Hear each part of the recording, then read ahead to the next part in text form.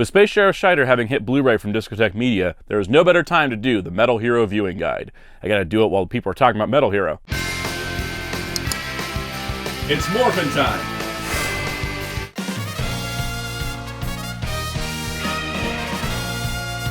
Hello, this is Soundout here, and welcome to the viewing guide for the Metal Hero series. This is how to watch every series and movie in order, what goes together, and what the heck a Metal Hero is. If you haven't already, check out the playlist, all my viewing guides. I have several. I have one I just did recently and one coming up real soon, so there's plenty more on the channel, but we've been doing these. We've also already covered Ultraman, Kamen Rider, Super Sentai, and Garo, so this is kind of like a little bit of a finale for the major Tokusatsu franchises.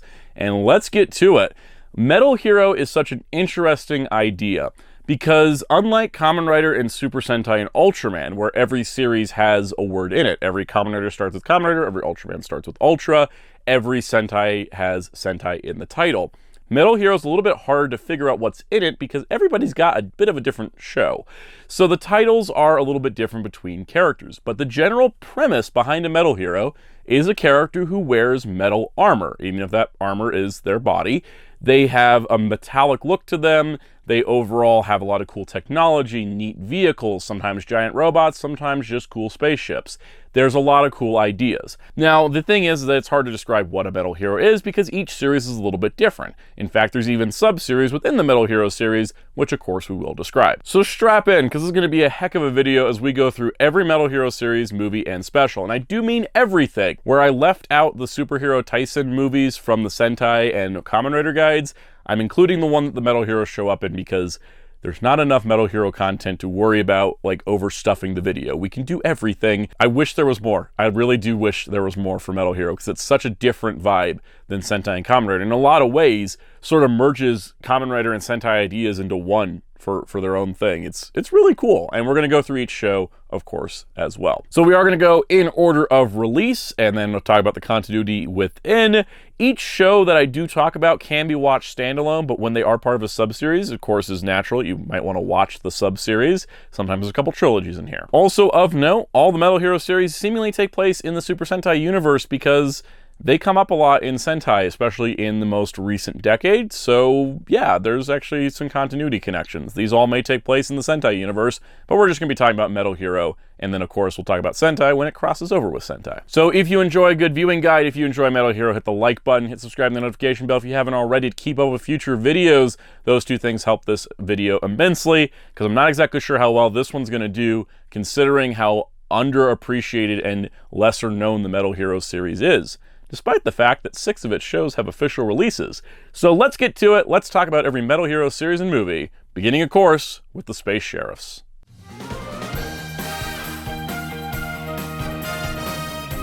So the very first Metal Hero series premiered in 1982, Space Sheriff Gavan, this lasting for 44 episodes. The premise of the series is that Space Sheriff Gavan, as well as his partner, are out there fighting crime and looking for the Maku. It eventually leads them to Earth. Gavan himself is an armored hero. He can transform into his armored silvery Space Sheriff state, and his partner as well has her own abilities. And that's kind of the same premise set up for most of the Space Sheriff series.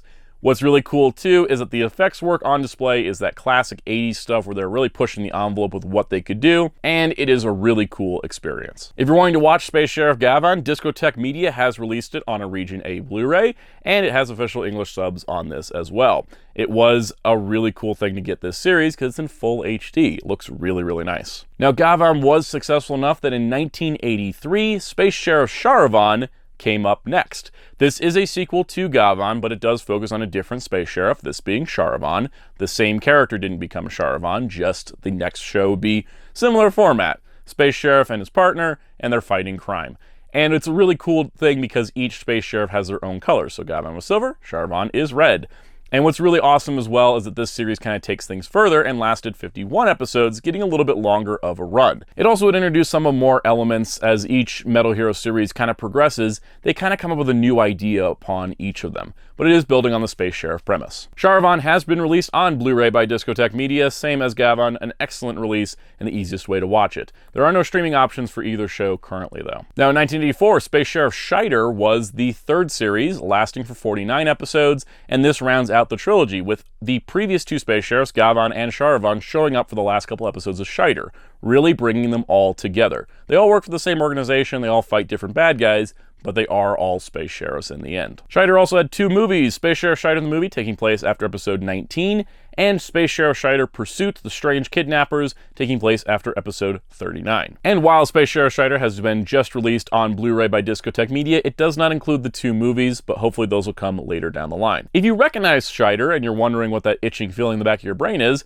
you might recognize VR Troopers Season 2 Ryan Steele's armor being Shaider's. Footage from the series was used for the Saban production, VR Troopers, which combined footage from multiple Metal Heroes, trying to pretend they all happened at the same time. Shaider was Ryan Steele's powers in Season 2. Now, this would not be the last we heard of the Space Sheriffs, but it would be the last we heard of the Space Sheriffs until the 2010s, so we're going to move on to the other Metal Hero series, and we'll circle back around to these Space Sheriffs.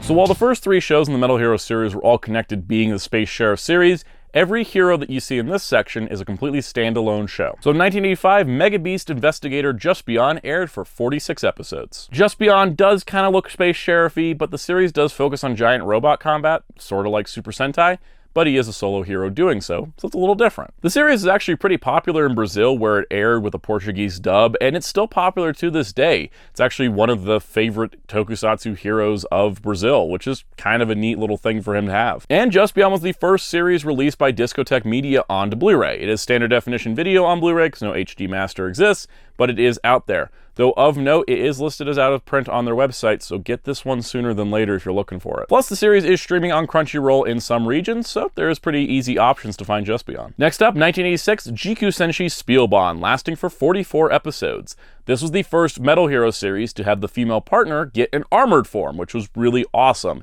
It was actually done before a female Kamen Rider even existed. And if you are looking at the designs and wondering, that seems familiar, this was JB and Caitlin's footage for all 2 seasons of VR Troopers. Interestingly enough, this series did air in Brazil as Juspion 2, Spielbahn. It's kind of interesting, they would do that with some of the international dubs. That happened with Super Sentai as well. There's a couple shows that were like, it's a sequel, but it's not really. But they just like, let's just slap a 2 on it because the other thing was popular. To date, Spielbahn does not have an official release, but there are fan subs out there. Hopefully one day we will see a Discotech Blu-ray. Next, 1987, Shojinki Metalder, lasting for 39 episodes. This series focuses on a heroic android, and the series has a darker tone, which led to its lower episode count because it was cut short. If you want to know more about the background of the series, Hero Club interviewed Seiko Senu, who played Metalder, and you should go check that interview out. I will link it in the description. Plus, if Metalder is looking familiar to you, footage of this was used in Season 1 of VR Troopers for Ryan Steele's powers. Also, Metalder had a movie taking place after episode 17. It's just called Metalder the Movie. 1988, Sekai Ninja Shin Jiraiya, lasting for 50 episodes. This series saw a world ninja fighting ninjas from around the world.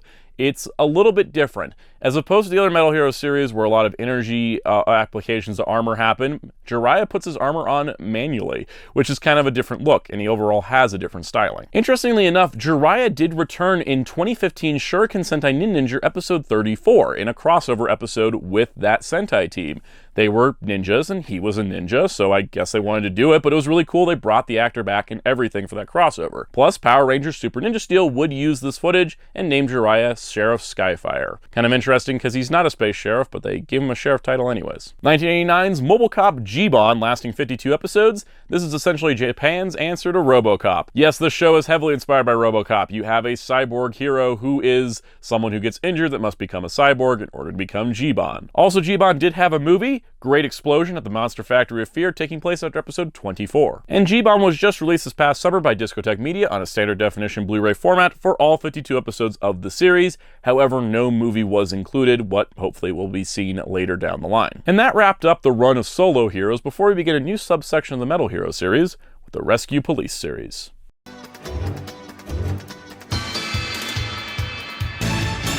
It's the dawn of a new decade with 1990's Special Rescue Police, Winspector, lasting 49 episodes. This is a rescue-themed series with 3 heroes, 1 human and 2 android friends. It actually starts a sort of trend that you'll start to see of Metal Hero series having 3 warriors as its main cast. Winspector is also getting a release from Discotech Media on a standard definition Blu-ray sometime in 2025, and that's pretty exciting because I hope they'll get to do the other 2 Rescue Police shows as well. The second Rescue Police series, 1991's Tokeshirei Solbrain, lasting 53 episodes, is a direct sequel with a character that continues from Winspector into Solbrain, so I recommend starting with Winspector, then going to Solbrain, and it sees the same commander as well, so it's got an ongoing continuity here. This time we bumped it up to 2 human warriors and 1 android warrior for your main 3, which is pretty awesome overall. The Rescue Police series would end with 1982's Tokusatsu Exceed Draft, lasting 49 episodes, this time with 3 human warriors, and this does round out the Rescue Police series. The idea was it was rescue themed more than crime fighting, so much like how the Space Sheriff series had similar themes between the 3, and similar continuity, these 3 shows had similar themes and continuity as well.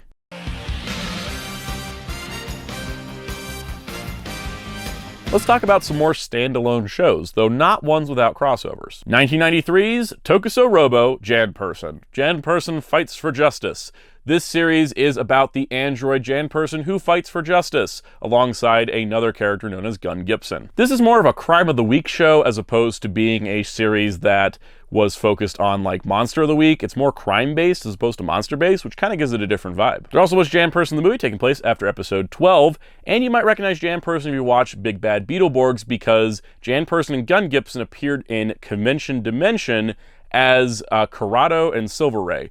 They used some crossover footage and threw them in there. Kind of neat. 1984, Blue SWAT came on the scene, lasting for 51 episodes. This is the most grounded Metal Hero series to date, and a much darker tone. As you can see, exposed fingertips on the gloves. This is a very much like more police-based focused series, and it does sort of start out really dark before getting lighter in the second half, which is why I was able to do a full run. But it is kind of a unique piece within the Metal Hero franchise. There also was Blue SWAT the movie, but that was just a compilation of the first 2 episodes turned into a movie form. Also in 1994 was the Toei Hero Daishugo special.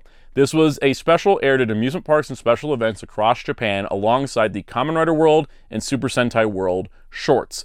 These 3 shorts together were a nice little trilogy package, but the Toei Hero Daishugo just has a scene with Blue SWAT, a scene with Jan Person, and then some reused footage from Super Sentai World, so it's not super exciting, but it does exist.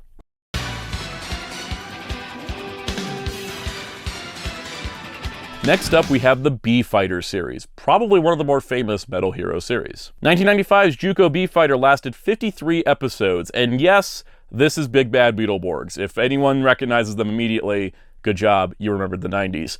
Big Bad Beetleborgs used footage from this series, and this was 3 Beetle-themed warriors fighting together against environmental damage as well as evil. Also of note, the final few episodes of this series do have appearances from Jan Person and Blue SWAT, so while I put those shows as standalone, because they definitely are, they do connect to B-Fighter at the very end. It's not like you need to watch Jan Person and Blue SWAT in order to watch B-Fighter, but they do sort of try to connect them a little bit better that way. Also, Juko B-Fighter had a movie taking place after episode 10. In 1986, Juko B-Fighter got a sequel, B-Fighter Kabuto, lasting 50 episodes. This is a direct sequel with characters carrying forward. The original B-Fighters show up in B-Fighter Kabuto. Also, B-Fighter Kabuto's footage was used for Beetleborgs Metallics. Also, B-Fighter Kabuto would be the last of the traditional Metal Hero series because things would take a bit of a turn with the next one. Also the reason why we never saw a 3rd season of Beetleborgs, because while that series was popular, they just didn't have any footage to use once they used up everything they could from B-Fighter Kabuto.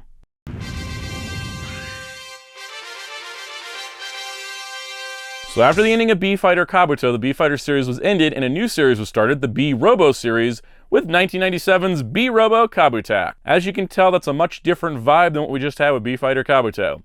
Yes, this 52-episode series was more of a younger audience aimed, and it features chibi-style robots that transform into real-life-looking robots in order to fight evil. It's kind of like how Kamen Rider X did the level 1 forms to level 2, where they go from like chibi-style to normal style. That's the way that Kabutak works. Now, because Kabutak takes such a huge departure from the rest of the Metal Hero series, it's not considered part of it by most fans or by most official sources sometimes, but it is officially a Metal Hero series. And because of B-Robo Kabutak, the Epic Christmas Battle, a special taking place after episode 40, where Blue Beat and B-Fighter Kabuto show up, we have to include it because it does have continuity connections, even if the way that Blue Beat and B-Fighter Kabuto show up in that special is a little weird. Kabutak is a Metal Hero series. Must have been popular because in 1998, Tetsuwan Tante Robotak came out, lasting for 45 episodes. It's a sequel to Kabutak in the sense that it's a similar style, but there's not overlapping characters from everything I can find out. It's hard to find these 2 series because they're not as popular with the fandom. But there was a 1998 special Tetsuwan Tante Robotak and Kabutak, The Great Strange Country Adventure, which was an alternate universe tale, so you could just watch it after the series. And that would mark the final Metal Hero series being Robotech. This was it. This was the end of the Metal Hero series. The Metal Hero series never had a TV show again. But that's just how things go sometimes.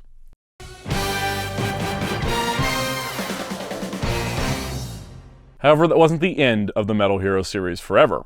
Because while we didn't get another TV show, the Metal Heroes did return in 2012 with Kaizoku Sentai Gokaiger versus Space Sheriff Gavan. This saw the return of Space Sheriff Gavan after 27 years since the end of Shaider, and the return of Metal Heroes for the first time in 14 years since the end of Robotech. This movie was likely done because Gokaiger had already crossed over with the previous Sentai, Goseiger, in the extra spring movie they did for the 35th anniversary Super Sentai, and so they needed someone to cross over with for their normal winter crossover movie, and Gavan was chosen, with his original actor Kenji Oba returning. It has connections, but it's what really brings the Metal Hero series into the Super Sentai universe, because this shows that Gavan was there in the timeline of Gokaiger.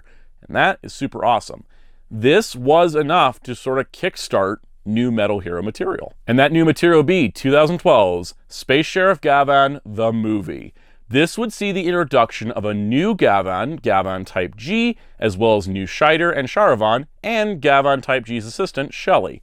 This was kind of the beginning of the next generation of Space Sheriffs, and it was such a cool thing for it to suddenly happen. They kind of led into it with Gokaiger vs. Gavan in the early part of the year, and then later in the year there was this movie, and it kicked off, at least for a little while, a series of movies with the Space Sheriffs. Now, in order to promote that movie, both Gavan Type G and Shelly appeared for 2 episodes of Tokume Sentai Go Busters, episodes 31 and 32 specifically, for a nice little crossover.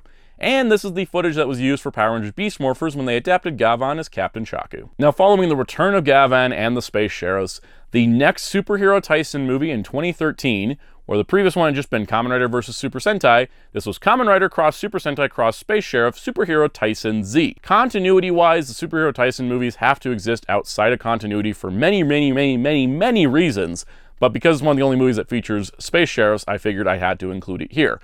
And it's pretty cool. Gavan, Shaider, and Sharivan have starring roles, and the Gokaigers end up using Metal Hero keys to become other Metal Heroes, which is pretty awesome. In 2014, the continuation of the Next Generation Space Sheriffs continued with Space Sheriff Sharivan Next Generation. This introduced Sharivan's partner Cece and is a much more mature take than most Metal Hero series. There's a lot more blood and drug use and violence than what's normal for the rest of the stuff, or even in the Next Generation line. It's definitely aimed at the adult fans, but it allowed us to expand on the next Sharivan we saw in the Gavan movie. And later that same year, Space Sheriff Shaider Next Generation introduced Tammy, Shaider's partner, as well as expanding on the Next Generation Shaider we had seen in the Gavan movie. Plus, just like the Shaider series itself, it did feature a crossover with Gavan, Sharivan, and Shaider of the Next Generation working together, and it made a trilogy with Gavan the movie, Sharivan the Next Generation, and Shaider the Next Generation, kind of bringing together like a new trilogy of the Space Sheriff series.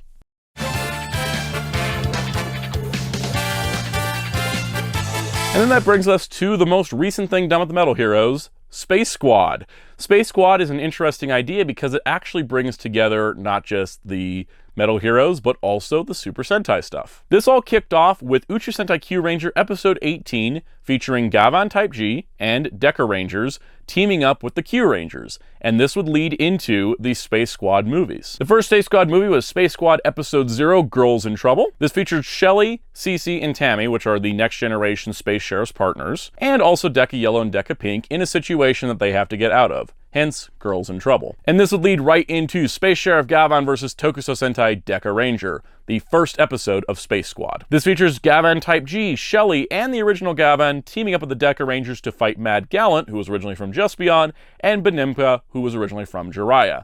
So it's starting to mix in other Metal Heroes besides just the Space Sheriffs. And the ending of this movie showed potential candidates for the Space Squad, including many Metal Heroes we hadn't seen in years, as well as many Sentai Rangers we hadn't seen in a while. And then what's officially episode 1.5 of Space Squad, Uchu Sentai Q Ranger vs. Space Squad, which is more of an epilogue to Q Ranger more than a Space Squad movie, which is why it's episode 1.5, but it does feature Gavan Type G, Next Generation Shaider, and Next Generation Jiraiya making his debut, and they're fighting Space Ninja Demost, who was also from Jiraiya. And it is mostly a Q Ranger movie, but the end of the movie had a to-be-continued tease that involved maybe some rescue heroes showing up, and and that was in 2018. It's currently 2024 and nothing has come of this, and I'm really sad because that was a cool ending, and it was like, okay, this is a cool like interlude piece, and the next Space Squad movie will be really awesome.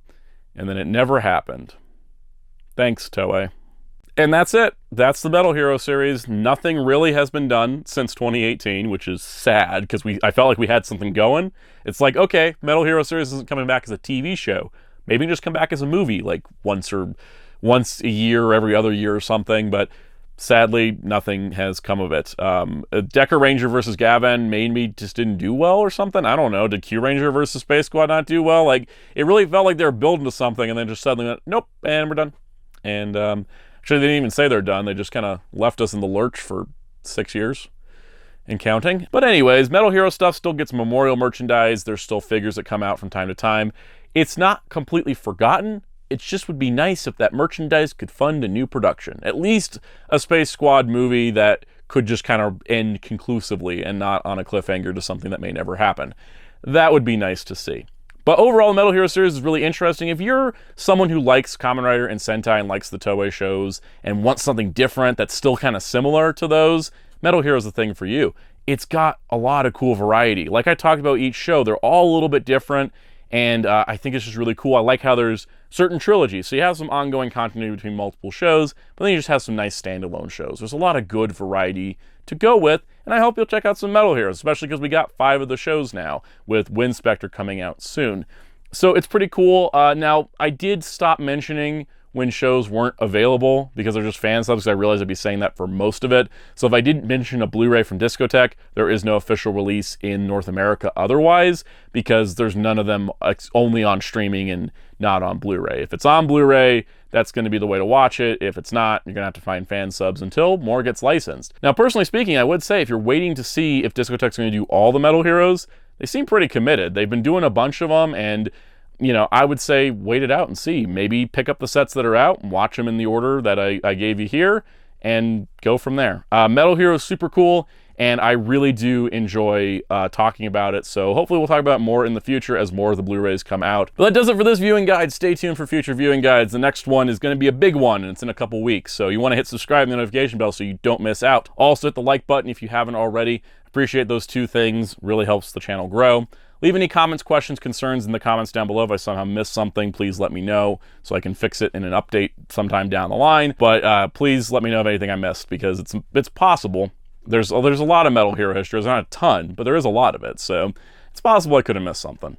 Also, if you want to continue the conversation, come join our live streams every Monday at 5 p.m. Eastern here on this YouTube channel. Toku news, Blu-ray news, comic news, all kinds of good stuff. Also, join our Discord server in the link below. We have channels for pretty much every topic we talk about on this channel, plus more, so come hang out. Also, join as a channel member if you want to help support the channel with videos like this. You can join. There's perks like early access to videos, member exclusive live streams, special shout-outs, and let's give some special shout-outs to our channel members. Special shout-out to all our channel members, including our Captain Tier, Spin-54, Toma K, Masterbin95, Jamie's World, Forever1000, Easy2727, Philippe Ceruno, Star Warrior Robbie, Gustav, Cameron Meter, Has Been Hotel and More, Isabella Lawrence, Digital Realm, Stay Home Meatbag, Kyle, BJ Juan Lund, Vangel Giorgio, Josh Frisch, Chubby Potato 153, Uncaged Otaku. Thank you all for your support. Also, if you so wish, you can find me across social media at Soundout12. You can find my awesome graphic designer on social media and Discord at DarkClaw643. And you can find Hero Club at hero-club.com for Toku news, interviews, reviews, and more. And until next time, this is Soundout saying goodbye.